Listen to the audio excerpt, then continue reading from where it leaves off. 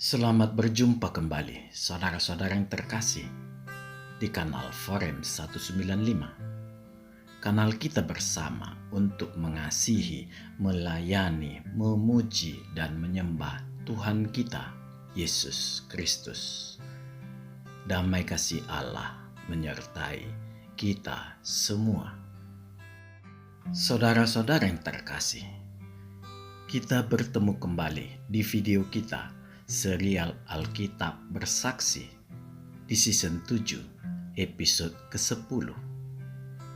Di episode ke-10 ini kita bersama-sama mencoba memahami sebuah peristiwa yang ditulis Rasul Petrus di 1 Petrus 3 ayat 18 sampai 20 yang mengungkapkan apa yang diperbuat Yesus Kristus ketika dia berada di kuburannya.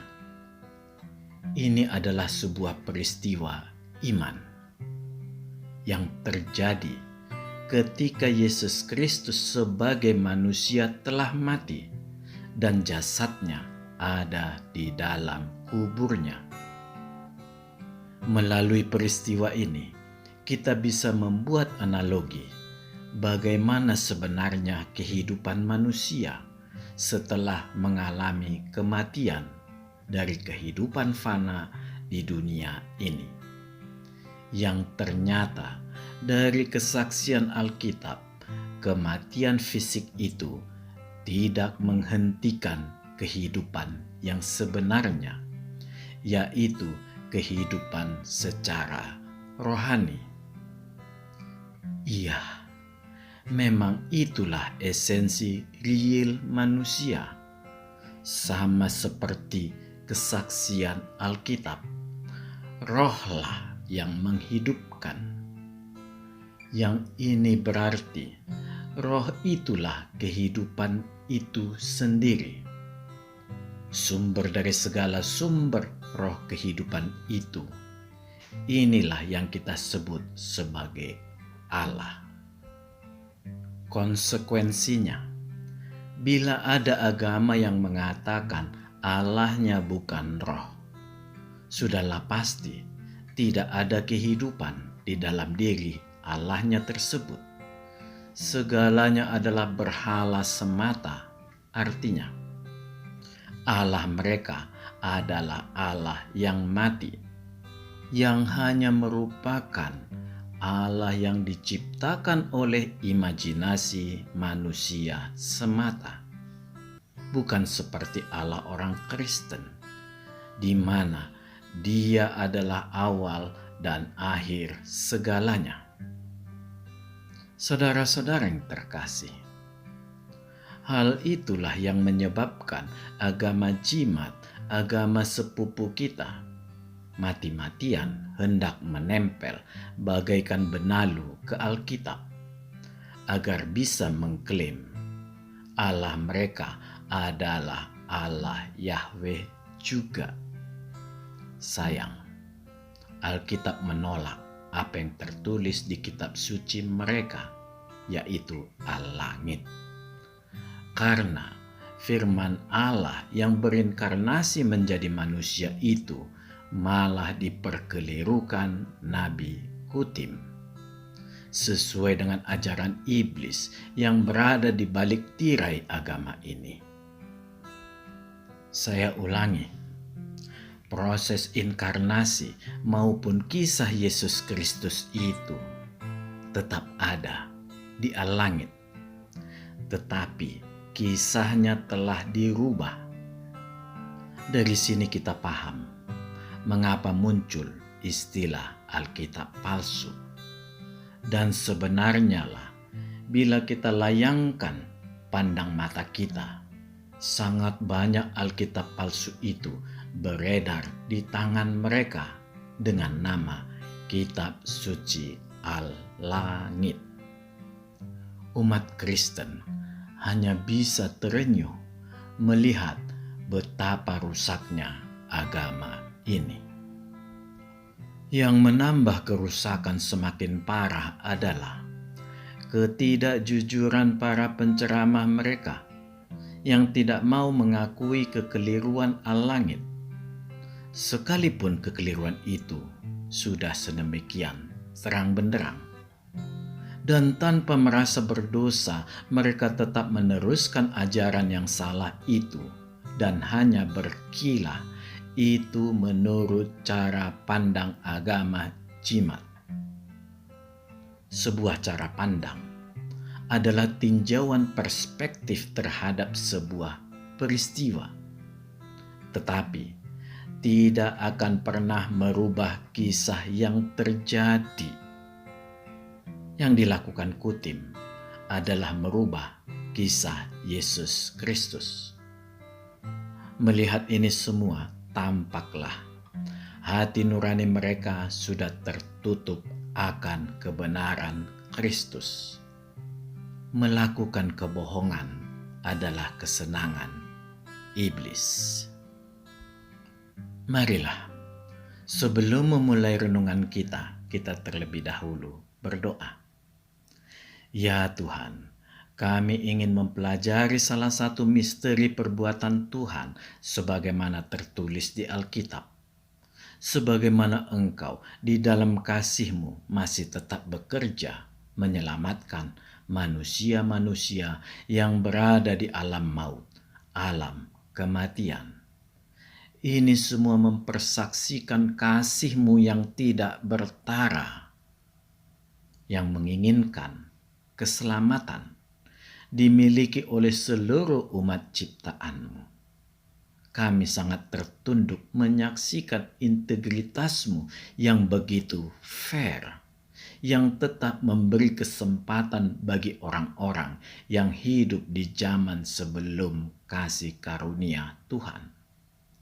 Terima kasih Allah. Di dalam nama Tuhan Yesus Kristus kami berdoa dan mengucap syukur. Amin. Saudara-saudara yang dikasihi Tuhan, perbedaan yang paling mendasar antara ilah dengan Allah orang Kristen adalah Allah orang Kristen yang berinisiatif untuk memulai segalanya, berawal dari menciptakan seluruh alam semesta, yang semua itu dilakukannya untuk mengekspresikan kemahamuliaannya. Semua itu dilakukannya di dalam kasih-Nya sebagaimana karakter dirinya sendiri. Karena itulah seluruh ciptaan Tuhan juga memperlihatkan ciri yang sama, yaitu mengasihi segala sesuatu. Sebagaimana Allah sudah dan akan tetap melakukannya di sepanjang umur dunia ini. Manusialah yang merusak jembatan rohani itu melalui pilihan hidupnya sehingga terjatuh ke dalam dosa. Sekalipun demikian, Allah yang penuh kasih tetaplah Allah yang penuh kasih. Dia memberi keselamatan hidup kepada manusia yang mau menerimanya. Tujuan Allah sangat sederhana. Dia hanya membantu manusia untuk memulihkan kesempurnaan manusia itu sendiri. Mengapa demikian? Ini disebabkan di awal penciptaan Allah sudah menciptakan segalanya dengan sempurna. Jadi, Allah memang sekedar membantu memulihkannya. Memang tidak akan sempurna bila hanya mengandalkan kemampuan manusia semata. Karena itulah, Yesus Kristus ketika mengajar di Matius 19 ayat 24, serta Matius 5 ayat 48 memperlihatkan bahwa tidak ada yang mustahil bagi Allah untuk menyempurnakan manusia. Melalui keselamatan hidup yang diterima orang Kristen, maka kita baru bisa menerapkan proses mengasihi kepada sesama. Jadi, Memang inilah proses mengasihi yang sebenarnya. Semua berasal dari ketulusan hati yang sudah bersih. Saya berharap saudara bisa membedakannya dari kalimat berikut. Bukan berdasarkan sikap yang bisa jadi memang juga tulus ketika melakukan segala sesuatu, dikarenakan keberadaan roh manusia kita sendiri, ditambah adanya perintah atau hukum. Inilah perbedaan antara orang yang sudah menerima keselamatan, di mana segala perbuatannya adalah efek dari kebersihan hati yang telah memperoleh kasih karunia Tuhan. Marilah kita membaca dari kedua ayat tersebut. Matius 19 ayat 24 serta Matius 5 ayat 48. Matius 19 ayat 24. Sekali lagi aku berkata kepadamu, lebih mudah seekor unta masuk melalui lubang jarum daripada seorang kaya masuk ke dalam kerajaan Allah. Kita lanjutkan dari Matius 5 ayat 48. Karena itu haruslah kamu sempurna sama seperti Bapamu yang di sorga adalah sempurna. Demikianlah firman Tuhan. Saudara-saudara yang dikasihi Tuhan, bila kita memperhatikan ilah-ilah lain, terlebih ilah yang dianut agama sepupu kita, yang mana seluruh pengajarannya merupakan kebalikan dari Alkitab, maka yang dilakukan mereka adalah bagaimana menyenangkan hati Allahnya supaya tidak mengamuk atau marah, lalu menghukum mereka. Untuk itu, mereka disibukkan dengan ritual-ritual yang bertujuan menyenangkan hati Allahnya tanpa peduli pada perlawanan dari hati nurani dan akal budinya yang selalu berperang di dalam hati mereka sendiri. Sebenarnya, bila mereka mengikuti ajaran kitab suci mereka, yaitu Al-Langit, seharusnya semua umat mereka akan melakukannya dengan sukacita, karena memanglah yang diutamakan di sana adalah kenikmatan jasmania. Bila merefer ke Al-Langit, maka semua kenikmatan yang ada di dunia ini hanya sebagai latihan agar kelak di sorga yang diberi Allah mereka mampu menikmati yang lebih hebat lagi. Sorga mereka adalah merupakan kelanjutan kenikmatan duniawi dalam bentuk pemuasan nafsu yang tidak terbatas. Kenyataannya, apakah yang terjadi? Apakah mereka semua mau mengikuti ajaran Allah mereka yang tertulis di Al-Langit, seperti yang diajarkan Nabi Kutim itu? Ternyata tidak. Bahkan, sebagian besar ajaran itu mereka tolak karena tidak sesuai dengan etika moral yang ada di dalam diri mereka sendiri.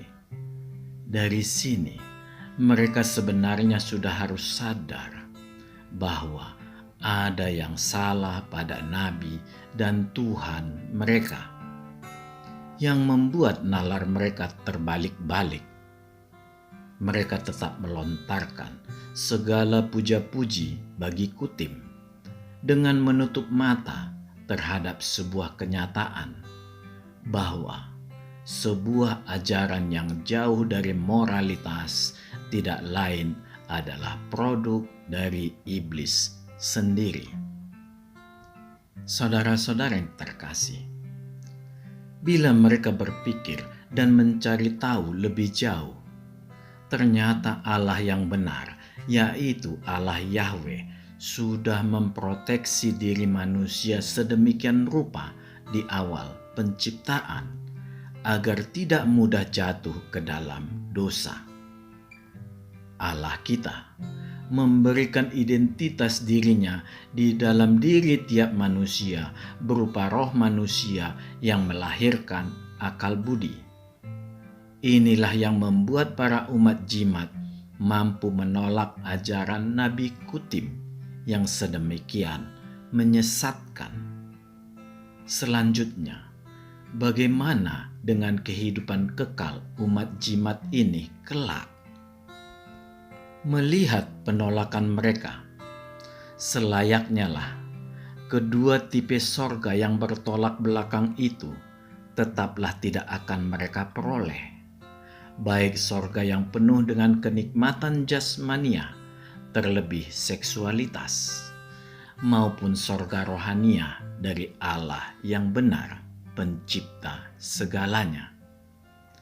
Inilah yang membuat kondisi umat ini yang selalu dalam kebingungan antara hidup di dalam kebenaran dari Allah Yahweh atau meneruskan ajaran Nabi Kutim. Ternyata mayoritas dari umat ini tidak mengikuti salah satu dari itu. Mayoritas mereka menolak ajaran Kutim dikarenakan penolakan hati nuraninya. Dan yang mayoritas ini juga yang tidak berani melangkah menuju jalan kebenaran dan hidup itu, sekalipun mereka sudah tahu mereka akan memperoleh keselamatan. Kenikmatan yang mereka peroleh dari kebebasan melakukan kenikmatan jasmania ini membuat mereka menutup mata dengan menganggap remeh. Mengapa bisa demikian? Ketidakmampuan melakukan sebuah ritual dapat mereka ganti dengan ritual yang lain. Ya, memang umat Kutim inilah sebenarnya sebagai penerus hukum duniawi dari bangsa Israel. Sebuah realita, apapun situasinya, kondisi umat jimat sangat menyenangkan hati iblis. Iblis sebenarnya tidak peduli umat jimat mengikuti al-langit atau tidak. Jadi sengawur apapun kitab suci al-langit, iblis tidak peduli. Yang penting mereka tidak mengikuti Tuhan Yesus Kristus. Wajar, iblis sendirilah yang melahirkan antikristus yang berupa agama ini. Karena situasi inilah, saya memohon kepada umat Kristen jangan menambah beban saudara kita umat jimat. Cukup memberi penjelasan tentang kekristenan dan tetap mendoakan mereka, agar mereka semakin banyak menyadari bahwa kehidupan dunia ini hanya sebentar. Justru kehidupan kekal yang rohania itulah yang selama-lamanya. Waktu yang kita miliki juga tidaklah lama, hanya sebatas kita masih diberinya bernafas di bumi ini, dan kita tidak tahu kapan kita dipanggil Tuhan. Karena itulah, bagi umat jimat harus mau segera berpikir ulang selagi masih bernafas. Setelah itu, tidak ada lagi upaya yang bisa kita lakukan untuk memperoleh keselamatan. Saudara-saudara yang terkasih, kematian adalah sebuah situasi yang sering kita hindari untuk membicarakannya. Bahkan, orang Kristen yang terlihat paling saleh pun masih belum mau bila disuruh lebih dahulu menghadap Tuhan. Sekalipun di sepanjang hidupnya dia mengajari bahwa kita akan hidup di dalam kemuliaan bersama Tuhan. Memang, tepatlah seperti dikatakan Alkitab, bahwa tidak ada kasih yang lebih besar daripada kasih seseorang yang memberikan nyawanya demi keselamatan para sahabatnya. Ya, memang itulah kasih yang paling besar. Dan kita percaya masih banyak orang benar yang mampu melakukan itu di dunia ini. Dan saya juga percaya kebenaran dirinya itu tetap akan diperhitungkan Tuhan Yesus Kristus. Sekalipun demikian, orang tersebut tetap tidak bisa dipersamakan dengan penyerahan nyawa seperti yang dilakukan Tuhan Yesus Kristus demi kita semua sebagai sahabat-sahabat Tuhan. Mengapa demikian? Ini disebabkan kematian Yesus Kristus memiliki otoritas khusus sebagai korban pengganti untuk menghapus dosa seluruh dunia. Sebuah otoritas yang tidak akan pernah dimiliki oleh seorang manusia pun di bumi ini. Saudara-saudara yang terkasih, bagi umat Jimat, saudara semua bisa membandingkan kematian Yesus Kristus dengan kematian Nabi Anda yang begitu Anda agungkan tanpa Anda mau memeriksa kebenarannya. Seperti apakah kematian Nabi Anda sebenarnya? Sadarkah Anda semua bahwa Nabi Anda dibiarkan tergeletak selama 3 hari dengan berharap terjadinya sebuah keajaiban seperti yang dialami Yesus Kristus? Sadarkah Anda ketika keajaiban itu tidak terjadi, Nabi Anda langsung segera dikubur dikarenakan baunya sudah sangat menyengat yang berasal dari proses pembusukan. Percayalah, tidak akan ada keajaiban untuk kebaikan yang akan terjadi pada seseorang yang penuh dengan dosa. Justru ketika saudara merendahkan Yesus Kristus dengan meninggikan nabimu, pada saat itu Anda sudah menyekutukan Tuhan. Sadarlah, Yesus Kristus itulah Tuhan yang Anda cari-cari. Saudara-saudara yang terkasih, ketakutan, kengerian, kesepian, dan kebingungan adalah situasi-situasi yang akan dialami kebanyakan orang ketika menjelang kematiannya. Situasi-situasi ini akan dialami baik yang sudah maupun yang belum memiliki agama. Di sini saya katakan adalah kepemilikan agama, bukan pengenalan terhadap Tuhan. Bagi yang tidak memiliki agama, apalagi yang tidak mengenal Tuhan, yang memiliki kasih dan damai sejahtera, maka situasi tersebut sering, bahkan cenderung selalu muncul dikarenakan ketidakpahamannya mengenai keadaan di balik tirai yang bernama kematian.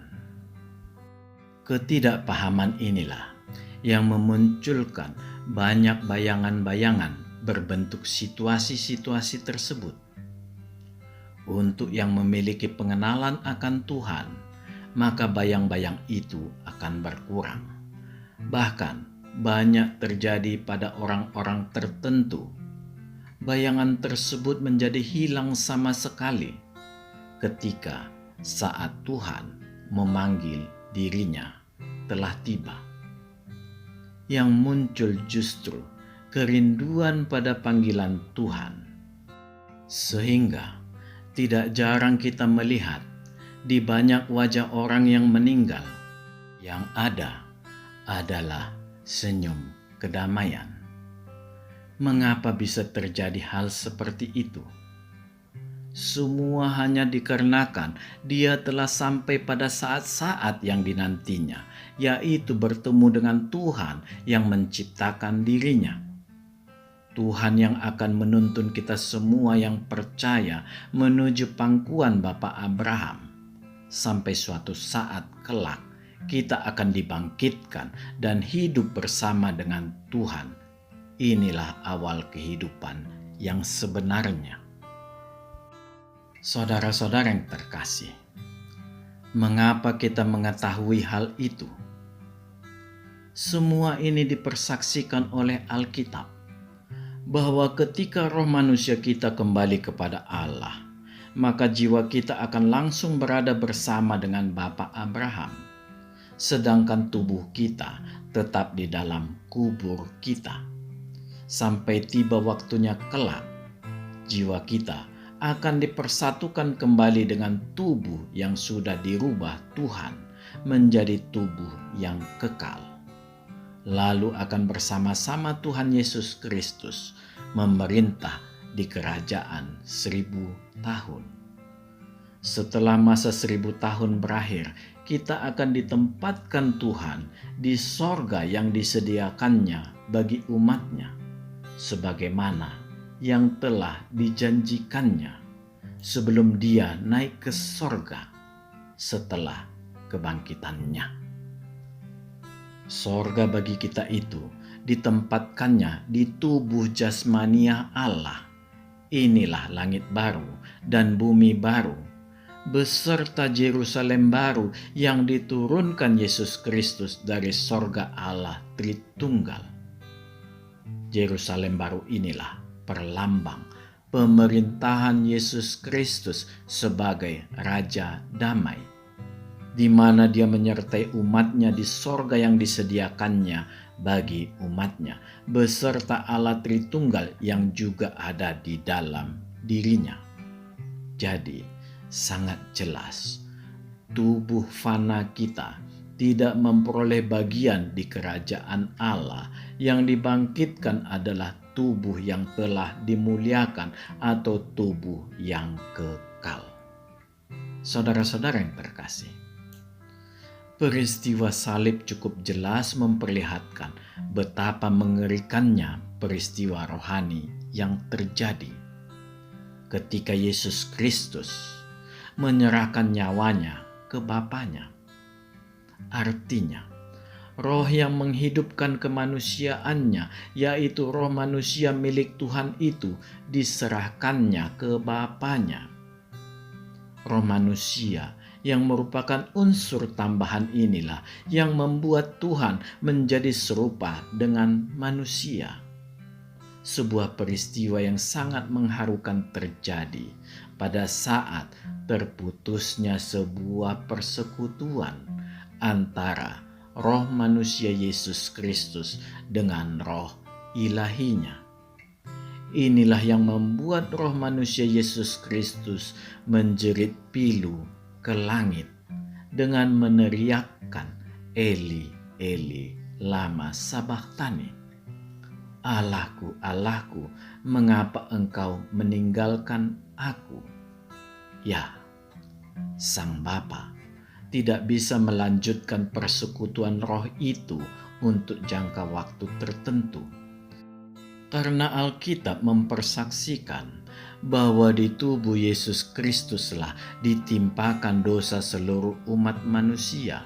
Dia menjadi manusia terkutuk karena di tubuhnya ditimpakan seluruh kutuk dosa. Tubuhnya terkena dosa yang dibuktikan dengan luluh lantaknya jasmania Yesus Kristus menjelang kematiannya. Sebagai seorang sahabat, dia menyerahkan nyawanya demi keselamatan seluruh manusia akibat dosa. Saudara-saudara yang dikasihi Tuhan, sebagaimana yang telah kita pelajari dari video-video kita sebelumnya, hanya roh manusialah satu-satunya komponen yang memperlihatkan kemanusiaan Yesus Kristus. Artinya, roh manusialah yang membuat Yesus Kristus bisa menjadi manusia.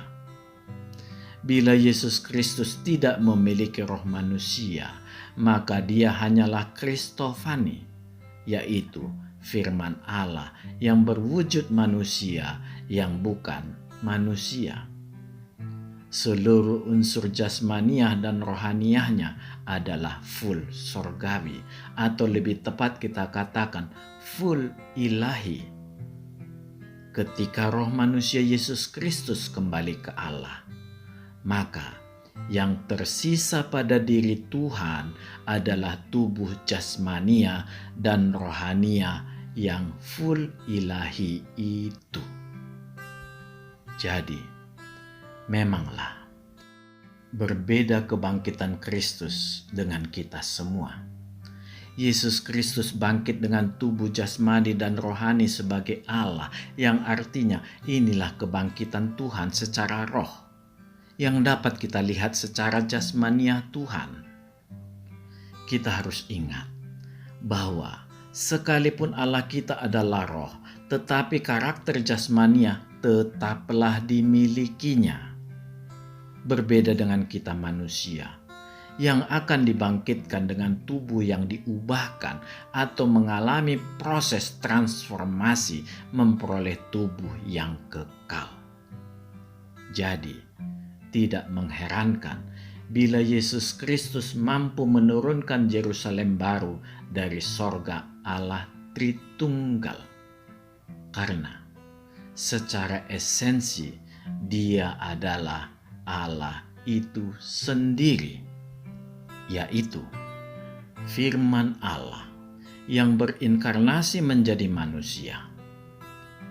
Mengenai transformasi tubuh kemuliaan yang kekal ini, marilah kita membacanya dari 1 Korintus 15 ayat 51 sampai 52. Dan kita akan melanjutkan ke 2 Korintus 3 ayat 18. Sesungguhnya Aku menyatakan kepadamu suatu rahasia.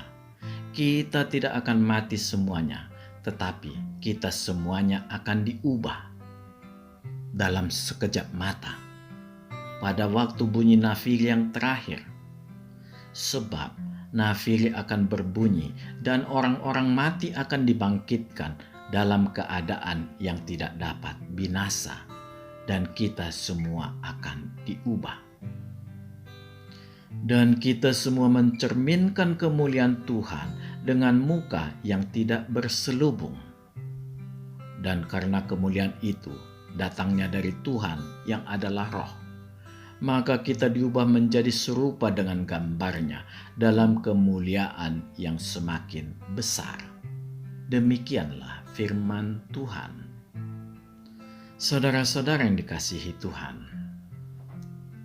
dari ini semua kita dapat mengamini bahwa Yesus Kristus sebagai roh berwujud manusia, atau dapat kita katakan sebagai Kristofani firman Allah, selama 3 hari menginjili di alam roh atau alam kematian atau alam maut. Dia menyampaikan berita keselamatan melalui kasih karunia bagi orang-orang yang telah mati, tetapi belum memperoleh berita Injil. Dia selama 3 hari masih dalam kondisi roh yang belum dipermuliakan Bapanya, memasuki dunia dosa untuk menyampaikan kabar Injil. Marilah kita membaca dari 1 Petrus 3 ayat 18 sampai 20, dan kita lanjutkan ke 1 Petrus 4 ayat 5 sampai 6. 1 Petrus 3 ayat 18 sampai 20. Sebab juga Kristus telah mati sekali untuk segala dosa kita. Ia yang benar untuk orang-orang yang tidak benar, supaya ia membawa kita kepada Allah. Ia yang telah dibunuh dalam keadaannya sebagai manusia, tetapi yang telah dibangkitkan menurut roh.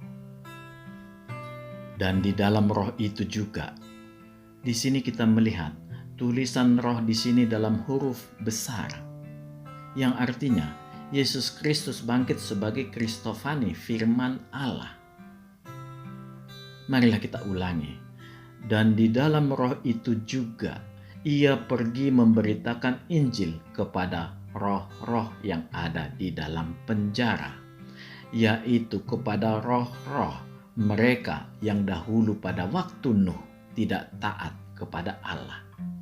Ketika Allah tetap menanti dengan sabar waktu Nuh sedang mempersiapkan bahteranya, di mana hanya sedikit, yaitu 8 orang yang diselamatkan oleh air bah itu.